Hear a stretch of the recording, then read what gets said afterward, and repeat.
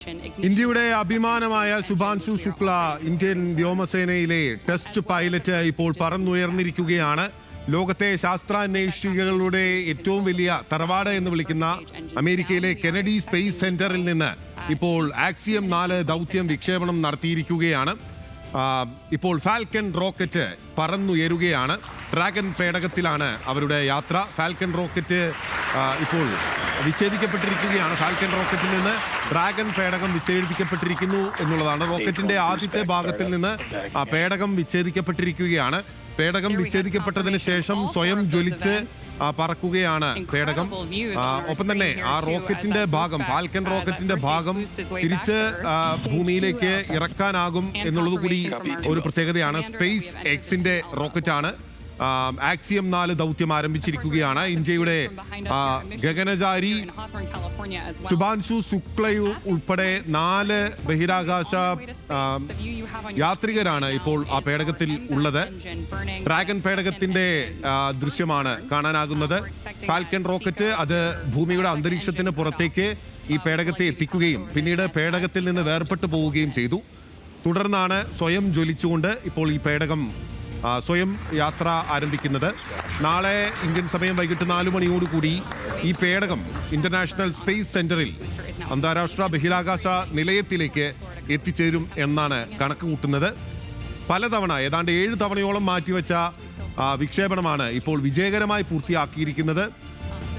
ഇന്ത്യയിലെ ബഹിരാകാശ പരിവേഷണത്തെ സംബന്ധിച്ച് വളരെ നിർണായകമായ നാഴികക്കല്ലാണ്. രാജ്യാന്തര ബഹിരാകാശ നിലയത്തിൽ എത്തുന്ന ആദ്യത്തെ ഇന്ത്യക്കാരനാകാൻ പോവുകയാണ്, ചരിത്രം എഴുതാൻ പോവുകയാണ്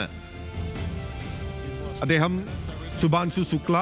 നേരത്തെ രാകേഷ് ശർമ്മ സ്പേസ് വാക്ക് നടത്തിയതിന് ശേഷം ഒരു ഇന്ത്യക്കാരൻ ബഹിരാകാശത്തേക്ക് പോകുന്നത്, ബഹിരാകാശ നിലയത്തിലേക്ക് എത്തുന്നത് ഇതാദ്യമായിട്ടാണ്. അപ്പോൾ ഇന്ത്യയുടെ ഗഗന പരിവേഷണ രംഗത്ത് ചരിത്രമാകാൻ പോകുന്ന നിമിഷമാണ്. പേടകത്തിനുള്ളിൽ നിന്നുള്ള ദൃശ്യങ്ങൾ കൂടിയാണ് പ്രേക്ഷകർ കാണുന്നത്.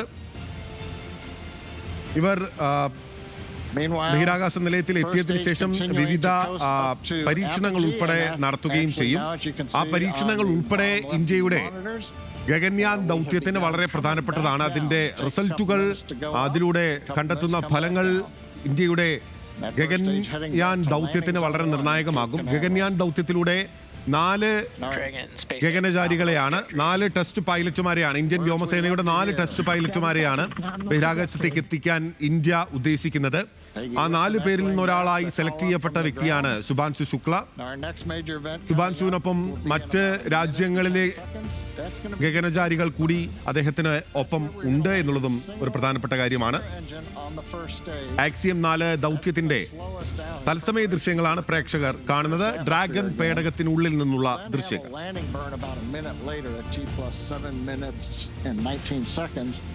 Now for that one, we actually light 3 engines again.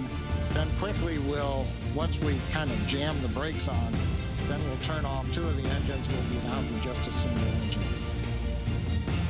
Getting good views of the MVAC engine. There are a couple of cameras on the back of the second stage that give these views. Of course, the view inside the train is showing the crew. ലോകത്തിലെ തന്നെ ഏറ്റവും വലിയ സ്വകാര്യ ബഹിരാകാശ പരിവേഷണ കമ്പനിയായിട്ടുള്ള Elon മസ്കിന്റെ space എക്സിന്റെ ലോകത്തിലെ തന്നെ ഏറ്റവും വലിയ പേലോഡുള്ള റോക്കറ്റുകളിൽ ഒന്നായിട്ടുള്ള ഫാൽക്കൺ 9 റോക്കറ്റ് ഉപയോഗിച്ചാണ് ഈ പേടകം, ഡ്രാഗൺ പേടകം ബഹിരാകാശത്തിലേക്ക് അല്ലെങ്കിൽ ഭൂമിയുടെ അന്തരീക്ഷത്തിൽ നിന്ന് മുകളിലേക്ക് എത്തിച്ചിരിക്കുന്നത്. ന്യൂസ് മലയാളത്തിന്റെ വലതുഭാഗത്ത് സ്ക്രീനിൽ ബോക്സിൽ ശുഭാൻശു ശുക്ലയുടെ മാതാപിതാക്കളെ ഉൾപ്പെടെ പ്രേക്ഷകർക്ക് കാണാനാകുന്നതാണ്. നാസയും സ്പേസ് എക്സുമായി സഹകരിച്ചുകൊണ്ടാണ് ഈ ദൗത്യം നടത്തുന്നത്. പക്ഷേ ഈ ദൗത്യത്തിന്റെ പ്രധാനപ്പെട്ട, അതായത് ഈ ഡ്രാഗൺ പേടകത്തിനുള്ളിൽ ഈ ബഹിരാകാശ സഞ്ചാരികളെ ബഹിരാകാശത്തേക്ക് എത്തിക്കുന്നത് പ്രധാനമായും ആക്സിയം എന്ന് പറയുന്ന സ്വകാര്യ സ്പേസ് റിസർച്ച് കമ്പനിയാണ്. അതുകൊണ്ടാണ് ഇത് ആക്സിയം 4, ആക്സിയം കമ്പനിയുടെ 4ാമത്തെ ദൗത്യം കൂടിയാണ്. ശുഭാൻശു ശുക്ലയുടെ മാതാപിതാക്കളെ ദൃശ്യങ്ങളിൽ കാണാനാകുന്നുണ്ട്. നാസ, ഒപ്പം തന്നെ ഇസ്രോ, ISRO ഉൾപ്പെടെയുള്ള വിവിധ രാജ്യങ്ങളുടെ ബഹിരാകാശ ഏജൻസികൾ ഇതിന്റെ ഭാഗമായി പരിവേഷണം നടത്തുകയും പ്രവർത്തിക്കുകയും ചെയ്യുന്നുണ്ട്.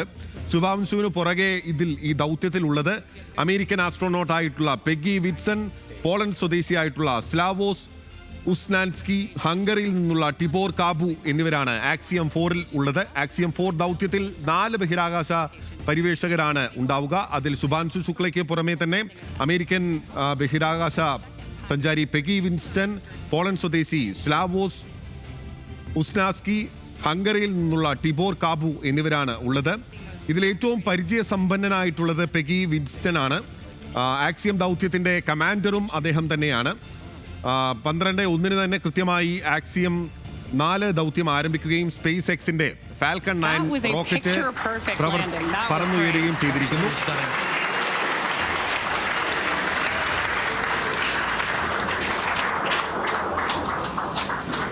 So coming up next for our crew, now that we've confirmed that booster touchdown is going to be second American engine ആസ്ട്രോനോട്ടായിട്ടുള്ള പെഗി വിൻസ്റ്റൺ എന്ന വനിതയാണ് ഈ ദൗത്യത്തിന്റെ കമാൻഡർ എന്ന് പറയുന്നത്.